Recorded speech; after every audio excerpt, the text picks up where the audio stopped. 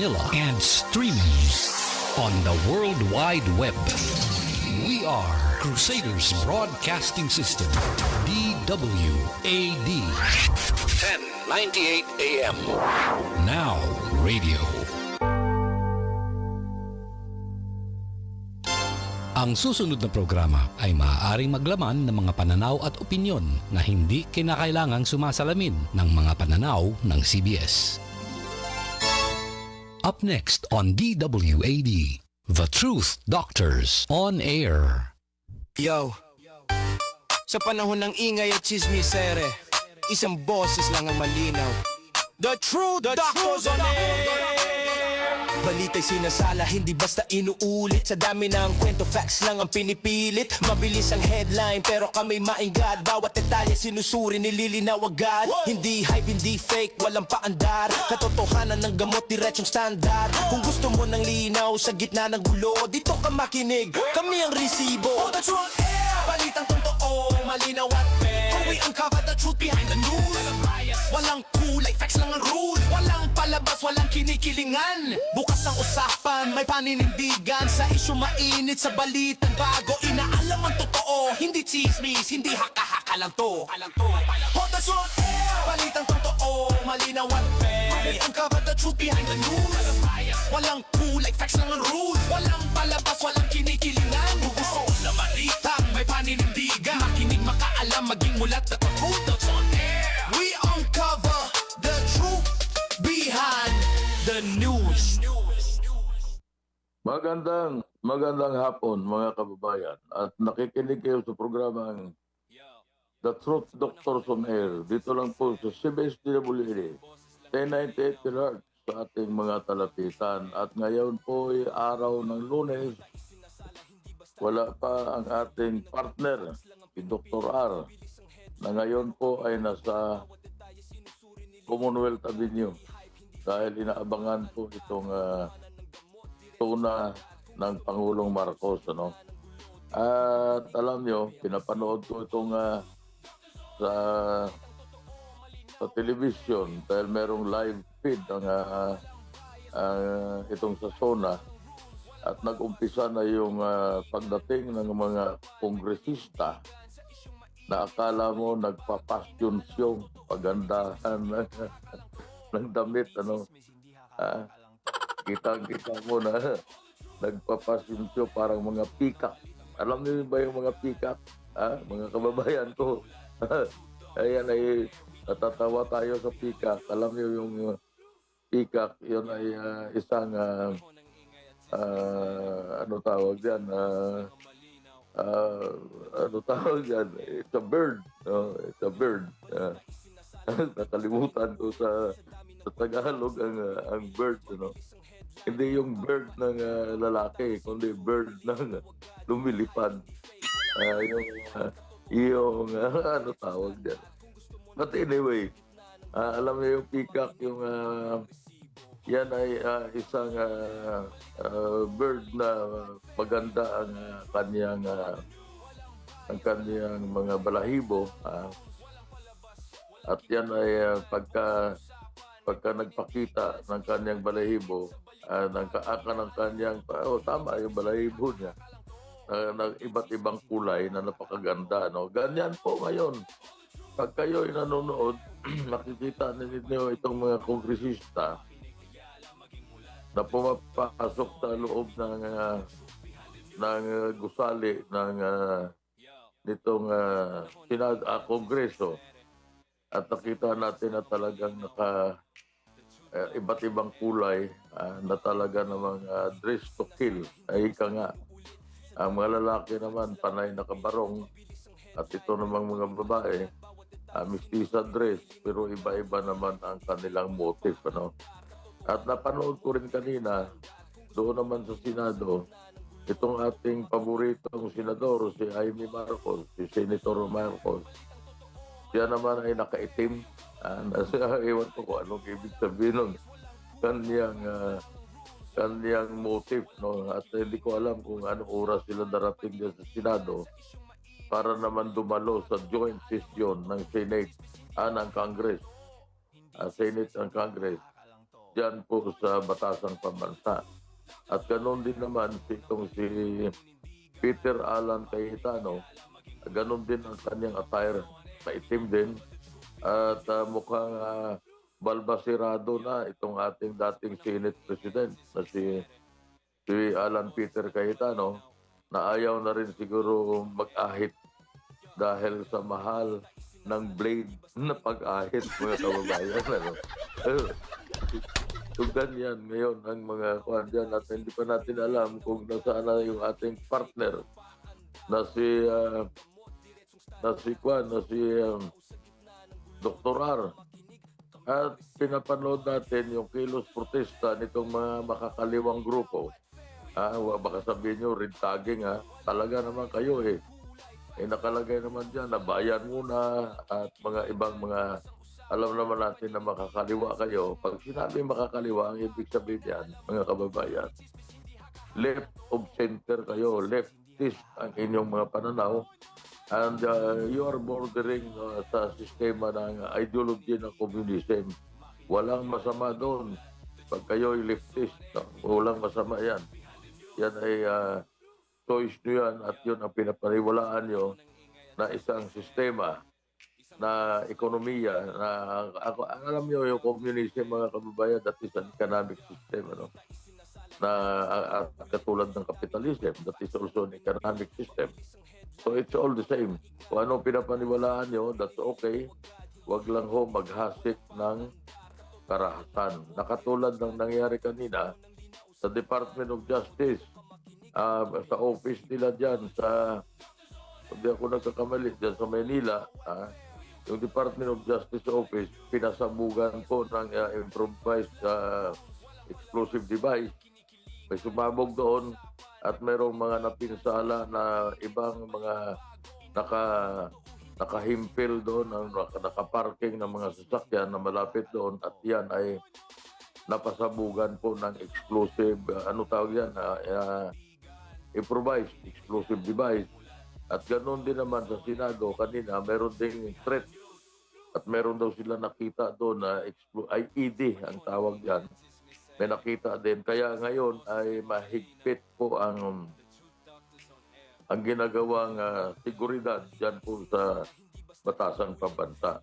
Dahil natural, darating yung leaders ng Pilipinas, hindi lang si Pangulong Marcos, kundi pati ang Senado, pati ang Kongreso, at hindi natin papayagan at hindi papayagan ng ating pamahalaan na magkaroon po ng kaguluhan dyan na sa darating na yan ay alam nyo, delikado kasi at ito po yung napakahalaga na gagawin dyan ng mga activities sa ngayon.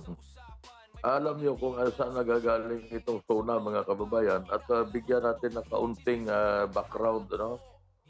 Alam nyo itong SONA, ang SONA po, mga kababayan, ito po ay isang ginagawa ito. This is an annual event. Dahil ito po ay nakasaad sa ating konstitusyon na tuwing kaapat na Lunes ng Hulyo, kailangan magkaroon po ng State of the Nation Address. Sa konstitusyon natin yan. At magkakaroon po ng tinatawag na joint session ang ating dalawang kapulungan, yung lower and upper house. So yan ay magkakaroon sila. At sa mga SONA na yan, dyan po ay nilalahad ang lahat ng pangako at yung gagawin at yung nagawa na mga hakbang para mapaganda ang kalagayan nating mga Pilipino. Pero yan ay mandated kasi ng konstitusyon yan. Hindi po pwedeng ipagpaliban unless na yan ay talagang mayroong panganib na existential danger, mga kababayan. At hindi pwede ipagpaliban yan dahil sa konstitusyon natin nakalagay dyan, on every 4th Monday of July Yun ang nakalagay niyan. At yun naman ay expected natin na abutin na mahigit sa isang oras ang talumpati ng isang Pangulo. At ito ngayon ay panglima na talumpati na State of the Nation address itong ating Pangulong Marcos. No? So yan ay halos lahat ng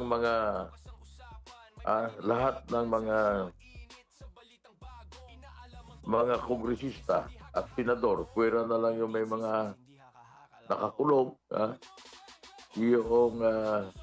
yung sa ngayon ay may sakit, ayan ay hindi maaring siguro hindi dadalo dyan.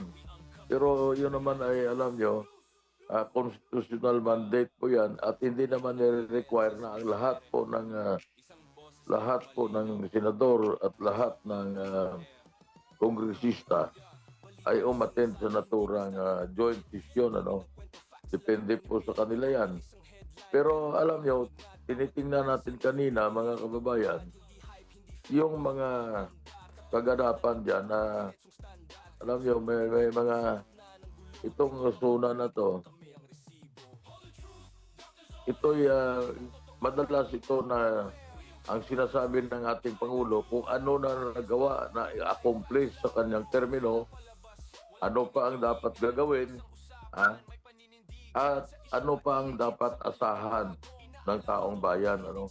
Pero alam niyo mga kababayan, mayroong isang pag-aaral na ginawa po ang University of the Philippines at tungkol dito sa mga itong ginawa ni Pangulong Marcos na mga EOs. Ang lahat po ng halos kalahati na kanya ginawa na EOs o executive order ay patungkol sa governance and administration. Kakunti po ang tungkol sa ekonomiya, sa agrikultura, sa infrastructure, education, and other sectors. Ngayon, pag binalangkas natin yan, mga kababayan, yung mga tinatawag na reality check nung nakaraan na nung 2025, dahil hindi pa natin alam sa ngayon kung anong sasabihin nitong ating Pangulo. Pero yung mga promises, kasi madalas po yan pangako, mga kababayan. Promises, that is pangako na ito gagawin. So kung titingnan natin, mayroong pinadala sa akin dito na 5 na mga medium priority na sinabi po ni Pangulong Marcos noong 2025. So, number 1, 100% internet in public schools by end of 2025. Libre na internet ito. Kasi ito po mahalaga na magkaroon po ng mga internet na libre ang ating paaralan, ang mga public schools ito, mga kababayan. Dahil katulad sa ibang bansa, ito'y available na, ginagawa na ito. At ang karamihan ng mga kabataan, nag-aaral, mayroon silang aid na tinatawag, electronic aid. Gumagamit sila ng laptop o gumagamit ng computer. Kasama doon sa kanilang sa pagtuturo ng teacher at that enhances now learning. Yun ay mahalaga. At yan ay updated sila sa nangyayari sa buong mundo. Kung ano nangyayari. Ang mahalaga kasi ngayon, informasyon mga kababayan. Pero mukhang ito ay failure. Hindi ho ito na isa katuparan. Maaring dahil sa kakulangan ng budget natin, na maaring ang budget ay napunta sa flood control scam. So hindi napunta talaga doon sa dapat pagkalagyan ng budget. Ang isa po sa pangako din na ito'y tinitingnan lang natin sa record, mga kababayan.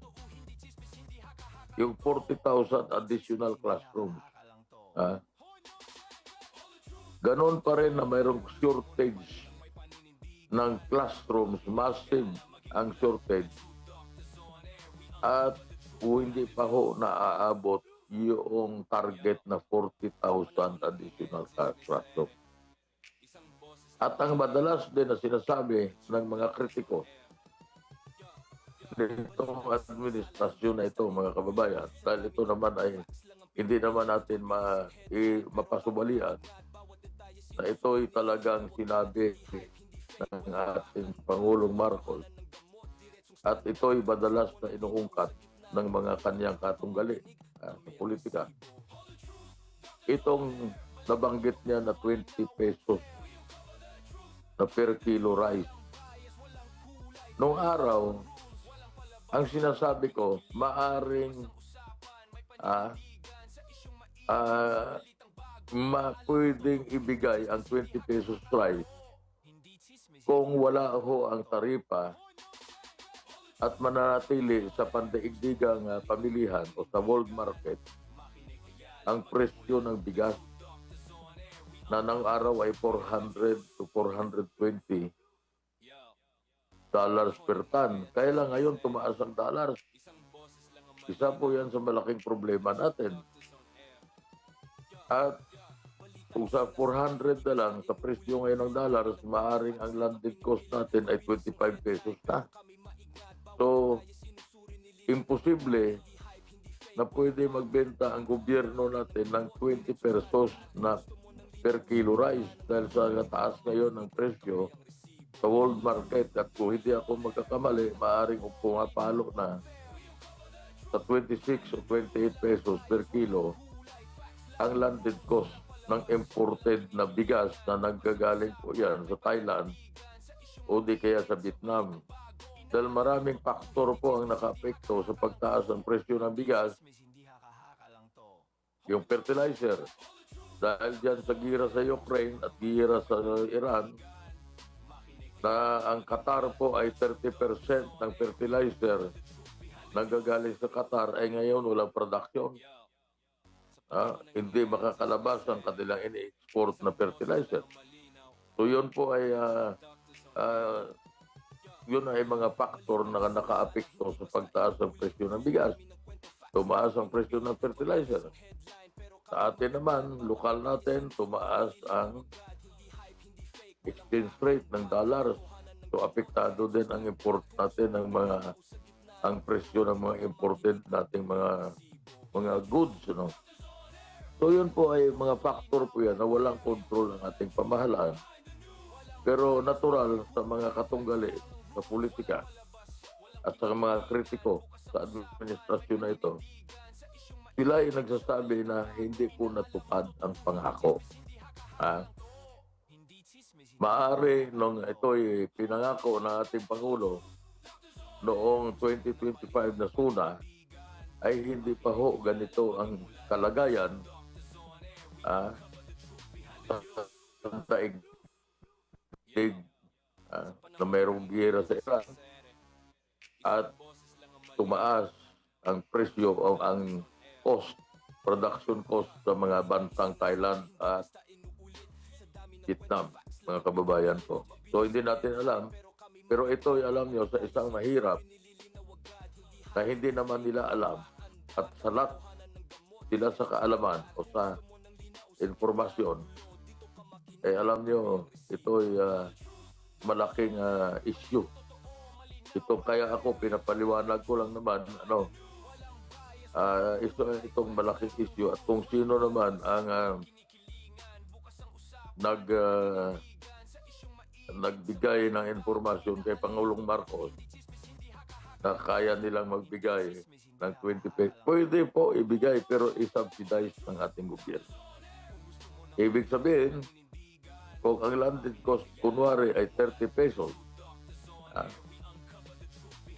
at ibibenta nila ng 20 piso ang isang kilong bigas sa ating mahirap na kababayan, sa mga kadiwa, malulugi sila ng 10 piso kada kilo.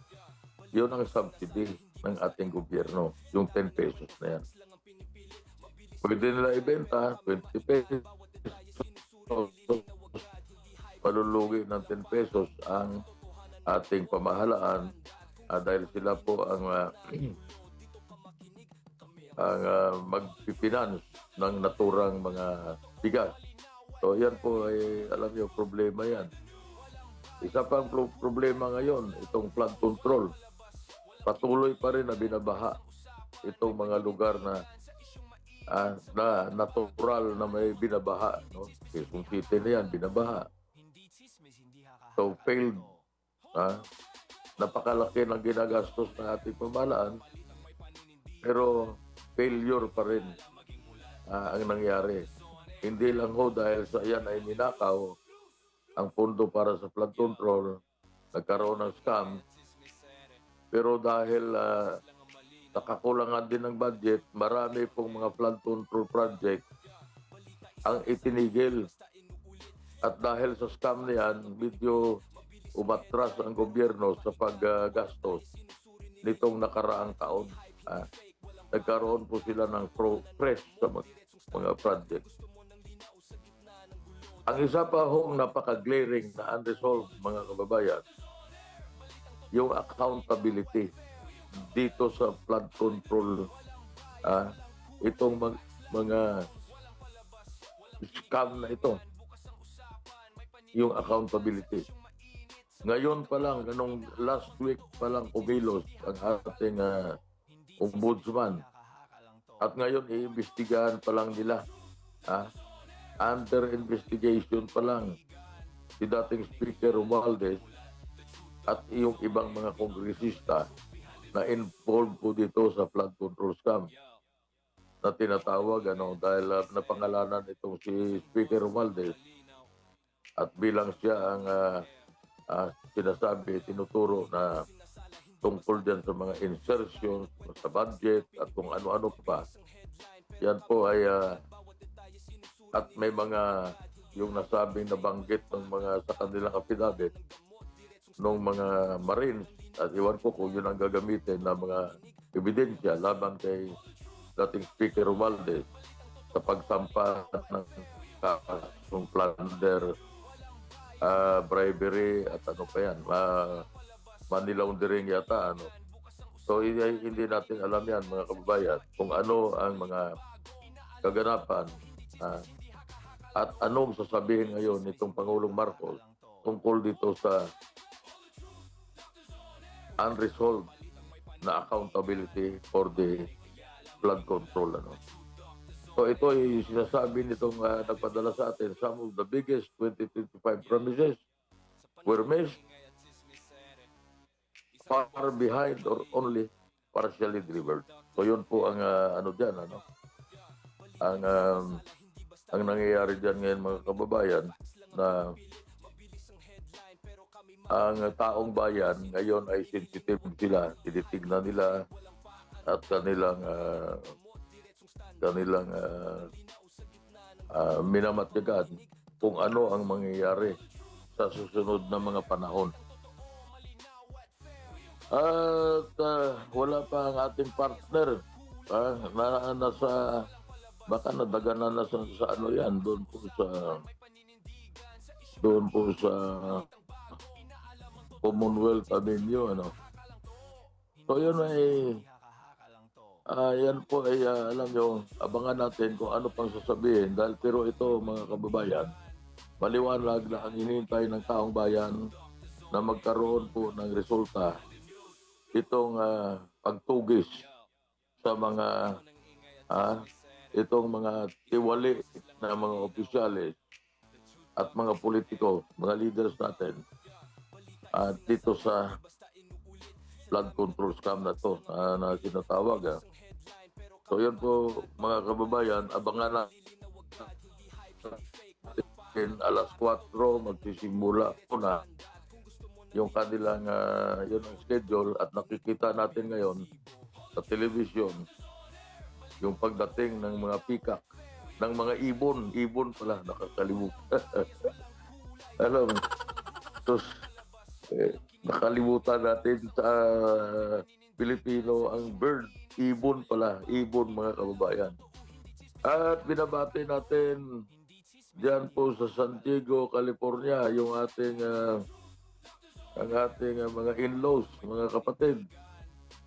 Magandang gabi po diyan sa inyo, ano. At lalong-lalo na si Angkong Carding. Magandang gabi sa iyo. At of course, regards sa buong pamilya. At yan ay alam nyo na nag-observe sila sa ating nag-observe, nanonood sila sa ating programa. At sinabi naman itong dahil alam nyo ngayon mga kababayan, sa Visayas at Mindanao, malakas ang ulan.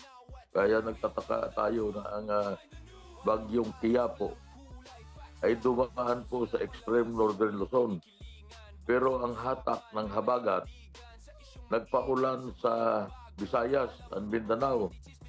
At ang isa sa natamaan ng malakas na pag-ulan, Iloilo, Negros, Antique, Palawan, Mindoro, yung Davao City, Ubapao, ang 7 ilog, 7 rivers yung paligod dyan sa Davao City. At of course sa Zamboanga, marami hong mga bayan na lumubog sa baha. At yan ay, alam nyo, tuwing magbabaha, naalaala natin yung flood control scam na sinasabi. At ngayon, alam nyo, sinisisi nila doon po sa Davao ang pamunuan ng Davao City na sa pamumuno ni Baste Duterte. Ano? Pero hindi nila alam na yung Davao po, yan ay cut basin. Katulad po yan ng Marikina. At kahit anong gawin natin nila ng mga engineers na bigyan ng solusyon o bigyan ng lunas itong kalagayan sa Davao, ayan po ay mahirap gawin kasi alam napakakalaki ng mga ilog dyan.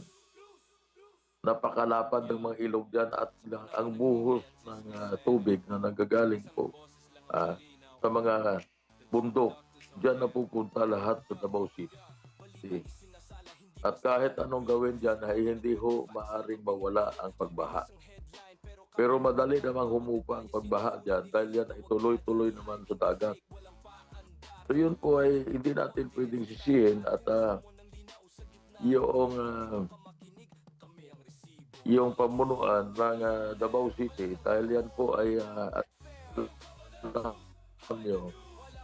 ang baha kahit anong gawin natin na gastos dyan para sa mga diversion tunnel na katulad na ginawa nila sa Iloilo na mabuti naman yung ginawang floodway doon sa Iloilo malapit doon sa Haro, isang distrito dyan sa Iloilo. Nakatulong ng malaki na naibsan ang pagbaha mismo dyan sa siyudad ng Iloilo. Dahil hindi na umaapaw ang Haro River. So ganun din po yan ang nangyari din sa atin dito sa Kamaynilaan na itong paggawa dyan ng mga flood control. Nakatulad yung yung dyan sa floodway na sinasabi, Manggahan Floodway. Nakatulong din ang malaki yan sa pag-divert ng malakas na tubig. Kasi kung wala yan, tuloy-tuloy din sa Kamaynilaan yan. At ang Malacanang na yan ay madalas nung araw nang wala pang flood control, yung diversion, yung Manggahan Floodway, madalas po na lumulubog yan ang Malacanang nung araw at ang Manila City. So yan ay, alam nyo, ang hirap po kontrolin ang nature, mga kababayan. At maaari yan din po ang inasahan ng mga kawatan nating mga politiko nang gumawa sila ng substandard na mga flood control project sa kanila na lalo na yung nakita natin doon sa Mindoro, yung dyan po sa Batangas, At yung dyan sa Pampanga, akala nila na hindi sila mahahalata. Na alam nila na wala pong pagka nasira kaagad at wala namang dating nag-inspection, wala namang nag-uusisa at hindi naman natin alam ng mga Pilipino na may ginagawa silang kalukuhan yan po sa tinatawag na flood control. So yan ay alam niyo mga kababayan,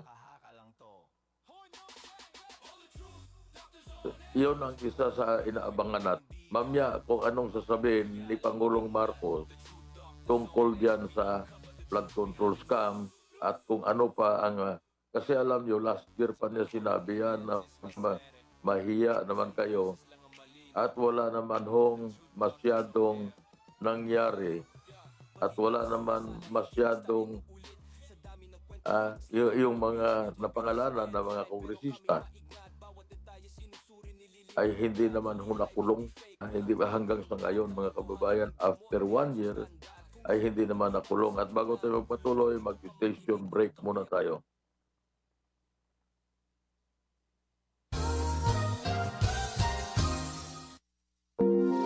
Broadcasting from Mega Manila and streaming on the World Wide Web. We are Crusaders Broadcasting System, DWAD. 1098 AM. Now Radio.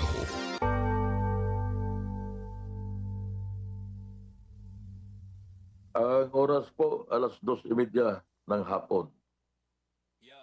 Monday, July 27, 2026, mga kababayan. At nakikinig kayo sa programang The Truth Doctor on Air. Dito lang po sa CBS DWAD. 1098 kHz.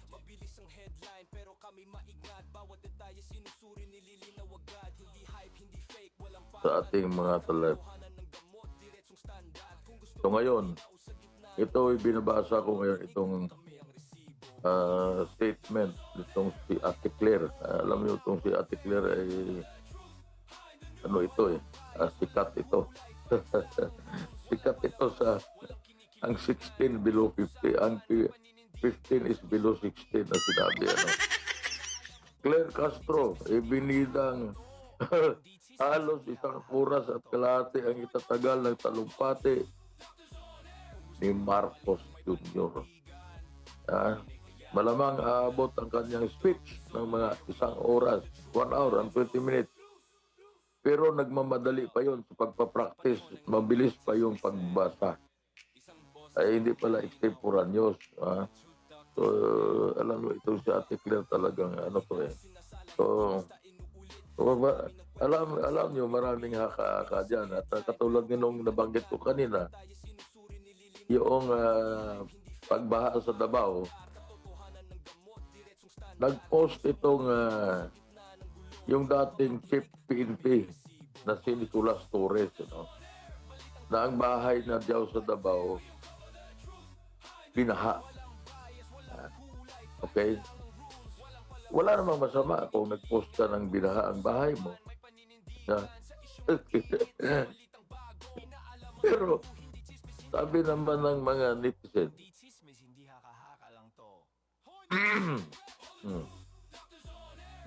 alam mo pala na bubili ka ng bahay. Nagpuntar ka ng bahay doon sa isang lugar, ang tawag nila swampy area. Pag sinabi mong swamp, yan ay talagang catch basin na hindi naalisan ng tubig yan, Tapos magrereklamo ka, kaya pinagtawanan siya itong mga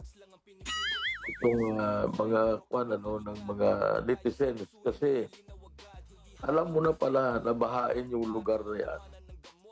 Diyan ka pa nagtayo ng bahay. Tapos ang sinisi mo si Basti Duterte. So yan ay alam nyo, pagka ikaw ay nagpapatayo ng bahay, mayroong tinatawag na due diligence. Tingnan mo muna o sisain mo yung lugar kung yan ay binabaha. kunya ay malapit sa tinatawag nilang ano tawag diyan, bitak ng lupa, yung fault, no? Yung earthquake fault. So, nasa sa iyo yan. Ngayon, pagka binaha ka, sisihin mo yung mayor, sisihin mo yung presidente ng Pilipinas. Oh, anong kang klaseng tao? Kasalanan mo yun. Ha? At alam nyo, ito namang si Kwan, itong si Alan Peter, doon sa sinasabi niyang message kahapon at medyo tayo naman ay medyo sumang-ayon din sa kanyang sinasabi. Tomorrow may SONA. Doon po sa mga pro-Marcos, walang problema. Manood po tayo kasi pro-Marcos kayo. Doon sa anti-Marcos, manood pa rin po tayo. Alam niyo yung sinasabi niya dito, manood pa rin tayo. Ay pinapahiwatig niya na siya ay anti-Marcos. Totoo naman yan. Wala namang problema dyan eh. At alam niyo mga kababayan, ako naman ay taganang akin, pro-Marcos ka o anti-Marcos ka, lahat tayo ay Pilipino. At alam niyo, itong nangyayari sa ating bansa sa ngayon at madalas ko nga sinasabi na wala ho sa kulay ng politika. Itong ginawa sa atin na dapat magalit tayo, itong ginawa na kawalang hiyaan itong mga politiko, mga congressman na yan at ibang mga nasa Senado din, itong na-involve sila. Yung mga involved, yung mga sangkot sa pagnanakaw sa kabanang bayan sa pamamagitan nitong mga ghost project ng flood control. At hindi lang yan mga kababayan, hindi lang ho flood control ang merong ghost project. Marami pang iba at marami pa hong mga overpricing sa iba't ibang mga proyekto. Yung nga pailaw lang eh. Alam nyo, yung pailaw lang sa mga kalsada, yan ay overpriced yan. Yung mga pailaw na yan, sobrang overpriced yan mga kababayan. Nung araw, nakakalusot yan dahil wala namang pumupuna. Kaya sinabi nitong si Alan Peter bakit kailan manood tayo? Kasi siya po ang ating Pangulo. Isa lang ang ating Pangulo, State of the Nation. Ibig sabihin po, kalagayan ng ating bansa. Tama naman siya. Tama itong si Senator Alan Peter Cayetano. At alam niyo mga kababayan, na bakit kailan manood tayo? Ikaw pro-Marcos o anti-Marcos. Kailan manood tayo para malaman natin kung anong sasabihin, anong pangako na gagawin ng ating Pangulo sa ngayon. At sasabihin niya kung ano ng mga natupad. At nabanggit ko na kanina yung kakulangan ng mga pinangako noong nakaraang taon na hindi pa natutupad hanggang ngayon. So ngayon, malalaman natin yan mga kababayan na itong kung ano na naman ang pangako na gagawin para naman sa susunod, sa last na kanyang SONA, sa susunod na taon, sa 2027, maihahambing natin kung ano yung mga nagawa at ang ano ang hindi nagawa. So ganyan po yan mga kababayan. At alam nyo, itong mga nagdaang linggo na to, medyo dihado ang Pilipinas, dihado po tayo. Dumating po dito si Secretary of State Rubio ng Estados Unidos at nakipagpulong kasama ang mga ministers meeting ito kasi ng ASEAN. Dumalo siya, dumalo dun yung Chinese Foreign Minister. Marami pag-uusap. Nakipag-usap si Rubio sa Pangulo. At Rubio emphasized yung tungkol sa ICC, sa International Criminal Court. At sinabi ni Rubio na talagang dinidikdik nila na kailangan mabuwag itong ICC. So ngayon, pag alis ni Rubio,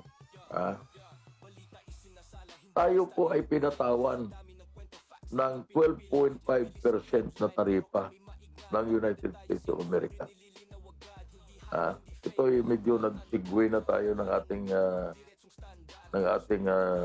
top topic kasi hindi naman natin alam kung anong sasabihin dyan mamaya ni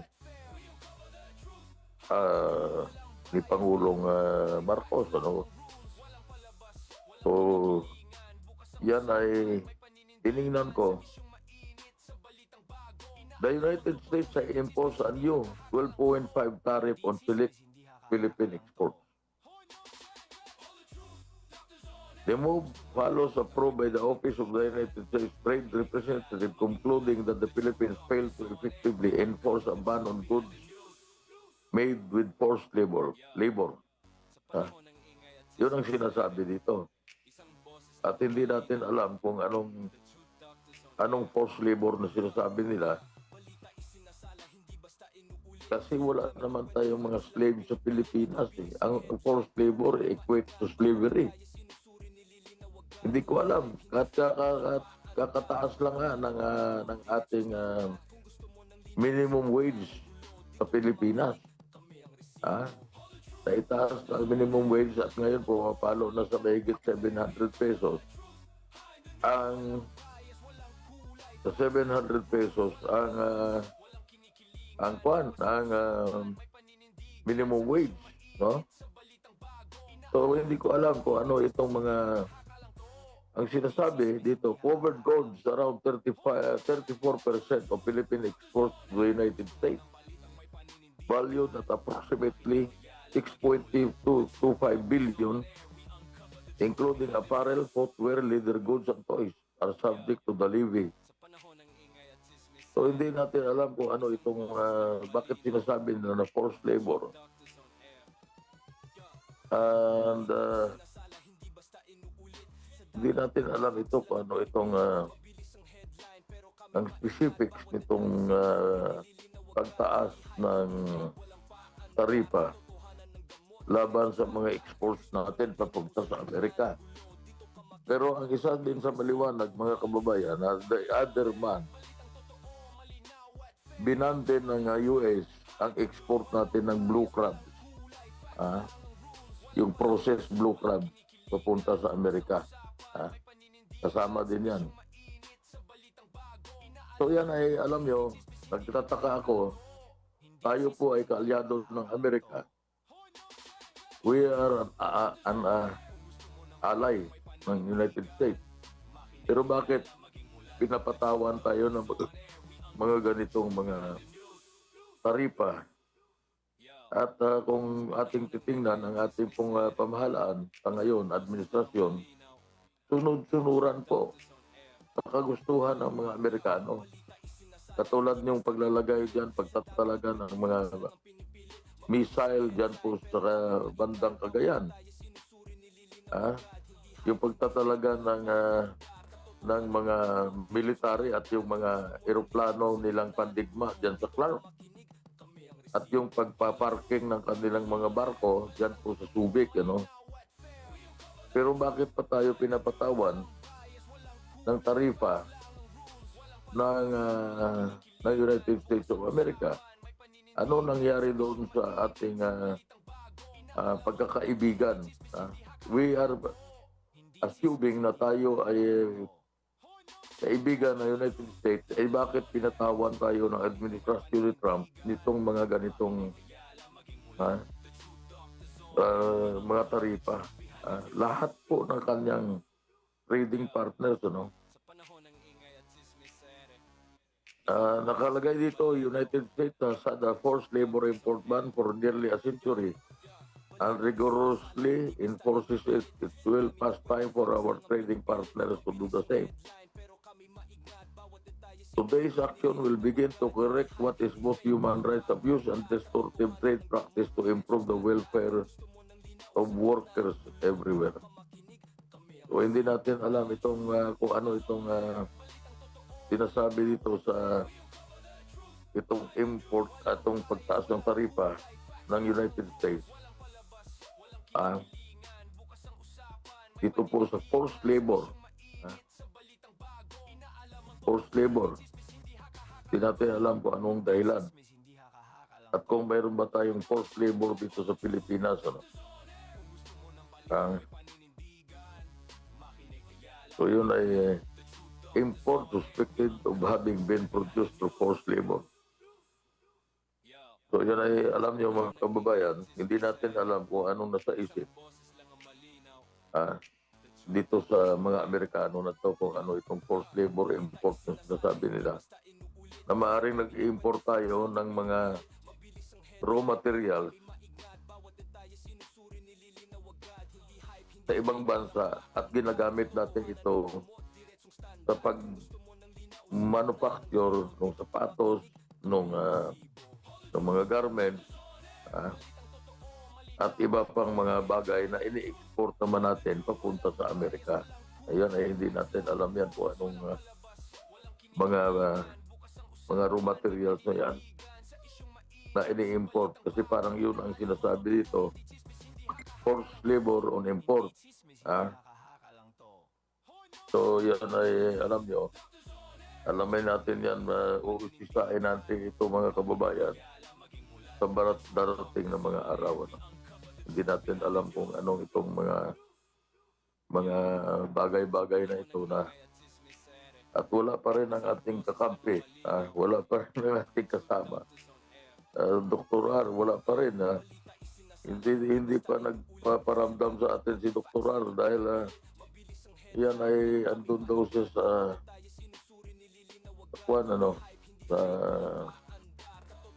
andun pa siya sa Commonwealth ngayon at nagmamasid kung ano mangyari, anong kaganapan doon at ano pa ang mga alam niyo pinapanood natin kanina at ito ay alam niyo pinapanood ko kanina itong mga kaganapan doon yung 20,000 ang itinalaga ng mga pulis sa paligid po ng batasang pambansa. At yung mga komunista, hindi komunista, mga leftist group, itong mga makabayan group, sila po yung nag-rally. Sila siguro mga 200, more or less, 200, as against 20,000 na pulis, mga kababayan. Hindi kaya overkill yan? Yung mga rallyista doon, the usual rallyista yan, mga kababayan. Alam niyo yung mga nagrarally na yan.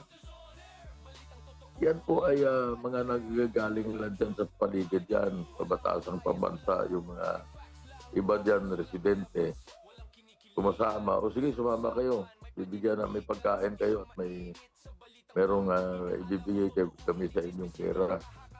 At ang iba dyan, nagagaling din yan, alam niyo mga kababayan, dyan po sa Bagong Silang, no? Madalas. Dyan nagagaling. Pasok na usage sa atin, At alam niyo, pagka yan ay pag-ano yan, may tubig, may pagkain. So yan ay sama kayo sa amin. May mga placard yan na nakasulat-sulat lang. Ang madalas yan nakalagay sa mga placard, yung ibagsak, tuta, tanggalin si Marcos, si Duterte. Yun ang nakalagay doon sa nakita ko kanina. Tapos, no to IDCA. Alam mo na yan, pag sinabing no to IDCA, Expanded Defense Cooperation Agreement, yung nagrarally na yan, mga leftist. Tuta ng Amerikano, si Marcos, ganun po yan. Mga leftist po yan. Pag yan ang nakalagay sa kanilang mga streamer. They are the usual na taon-taon, pag mayroon pong mga kaganapan na katulad yan ng mga event na SUNA, andyan sila sa kalye, ino-organize yan ng mga militante, mga street militant. Hindi ko lang alam kung andyan itong yung dati madalas yan, nakalimutan ko pangalan yan. Si Casinyo at ang pangalan nun, ang apelido. Yun po madalas na nagrarally dyan. Yun ang namumuno sa rally. At yan naman po ay taon-taon the same issues. At wala namang nakikinig sa kanila. Yan naman ay, alam nyo, yun ay pangyayari dyan na normal. So ngayon, ang nakakatawa, ako natatawa 20,000 as against 200 more or less na mga realista. Makikita natin na nakaharap doon yung mga pulis na nakaharap doon sa mga nagrarally, ano. Pero abangan natin, mga kababayan, ano. Marami mga tayo, alam nyo, nakakatawa na katulad ditong si Ate Claire, ngayon pa lang nagsasabi na siya. Alam nyo, itong si Ate Claire talagang kwan ito Sip-sip masasabi ko talaga na napakahusay nito. Bibigyan ko na siya ng 100%, ako ang mag-grade wag naman. At alam nyo, hayaan yung taong bayan ang mag-grade po kay Pangulong Marcos. Wag ho yung kayo na nasa administrasyon lalabas na para kayong sumisip-sip kay Pangulong Marcos. So hayaan natin ang taong bayan. Alamin natin. Alam nyo, mamaya alas 4 matatapos ang kanyang talumpati, mag-alas 6. At alam nyo, puputaktikin na yan ng pagkakayo po ay mahilig sa social media. Puputaktihin na yan ng reaksyon. Pagdating po sa Facebook, sa YouTube, at lahat po ng social media account, kung ano ang reaksyon ng taong bayan. Both sides po yan, yung pro-Marcos, anti-Marcos would have their reaction and they would have their analysis kung ano ang sasabihin ng ating Pangulo. At yun ay abangan natin. At kung kayo po ay may panahon, mga kababayan, alas 4 po ng hapon po yan. Pakinggan ninyo at para naman magkaroon kayo ng informasyon kung ano na naman ang mga pangako na gagawin ng ating Pangulo. No? At ihahambing natin yan sa susunod naman na taon. Kung ano ang natupad at kung ano ang hindi natupad doon sa mga pangako. At kanina nga sinasabi ko, mayroong kakulangan. Pero alam nyo, we should have an open mind, mga kababayan. Ano? Kahit na kayo po ay anti-Marcos, there are things na katulad ng nabanggit ko kanina, yung sa bigas. Yung pinangako na 20 pesos na hindi natupad, at maraming factors na nangyari kung bakit hindi na ipatupad ang 20 pesos. Una-una na dyan, malaking kalugian sa panig ng ating gobyerno kung sila po ay magbebenta ng 20 pesos na bigas dyan po sa mga kadiwa. Kasi yan ang ano dyan eh. At pinaliwanag ko rin na kung ano mga factors na dahil pagtaas ng fertilizer at pagtaas po ng ibang mga input pagdating po sa pag-aalaga ng palay. Kahit ito sa atin, sa lokal po, pataas na rin. Lalong-lalo na po doon sa sa mga lugar na katulad ng massive po ang production nila ng palay. Katulad ng Vietnam at Thailand, India, at isa pa sa China din. So alam nyo, tayo po ang number one importer ng bigas.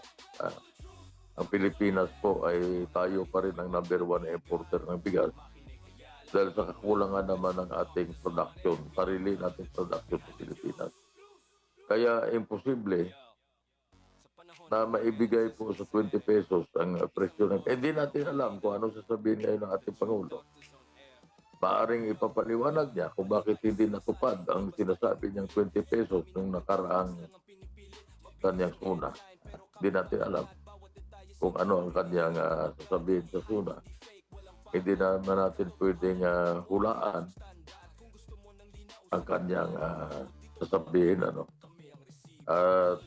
Si Ate Claire ata alam. Si Ate Claire alam. Dahil mayroon siyang info o first-hand information bilang siya ay Undersecretary for Information. So alam nyo, yun nga ay yung mga kaganapan kanina na medyo nag-trigger po sa biglang paghigpit ng seguridad dyan po sa batasang pambansa. May sumabog po, uulitin natin na IED doon po sa Department of Justice building. Mayroon din hong threat na nangyari kanina doon naman sa malapit sa gusali ng Senate kung saan nagdadaos ng sesyon ng Senado. Mayroon natagpuan ng mga improvised explosive device. At yung sa DOJ ay sumabog at marami pong napinsala na mga sasakyan na nakahimpil po malapit doon. So po yun po mga kaganapan sa ngayon at abangan natin pa mamaya kung ano pang mga susunod na mga pangyayari. Dito po sa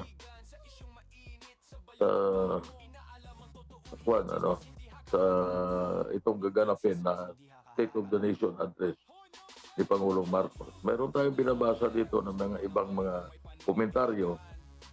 Nakalagay dito ito po yung mahigpit na katunggali nitong si Martin Romualdez, Itong si dating Speaker of the House Martin Romualdez, yung mahigpit niyang kaaway sa ngayon na nag-expose ng kung ano-ano tungkol doon sa flood control scam. At babasahin natin sandali, sinasabi dito, 1.2% of Filipinos, ito'y maaring may survey sila, want to hear about the impeachment of Vice President Sara Duterte. And 29.8% or almost 30% of us Filipinos want to hear about what President Bongbong Marcos intends to do about the corruption in the Philippines, particularly about Martin Romualdez. Ito yung sinasabi nila na alam nyo itong PGMA na ito po talagang mahigpit ang kanilang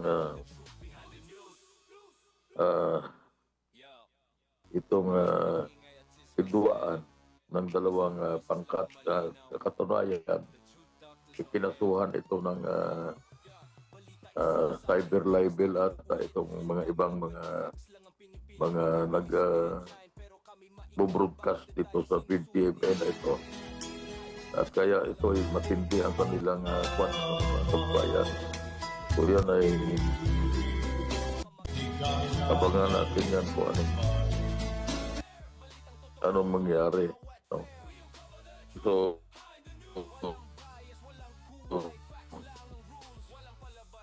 dahil alam nyo,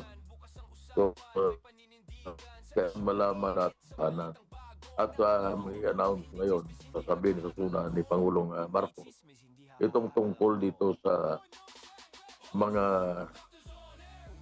dapat makulong na mga involved diyan sa flood control scam na yan, bayan. Ito po, alam nyo, itong nangyari kanina ng mga pasabog na yan ay merong kong grupo siguro na gustong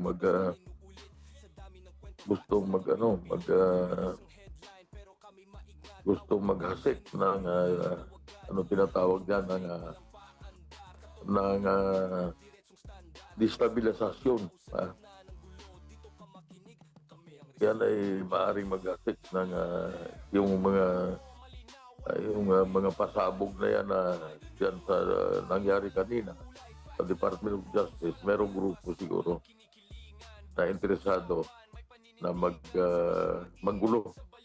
Hindi natin alam, hindi pa na-identify ng mga pulis kung sino ang may pakana sa ganong mga pasabog.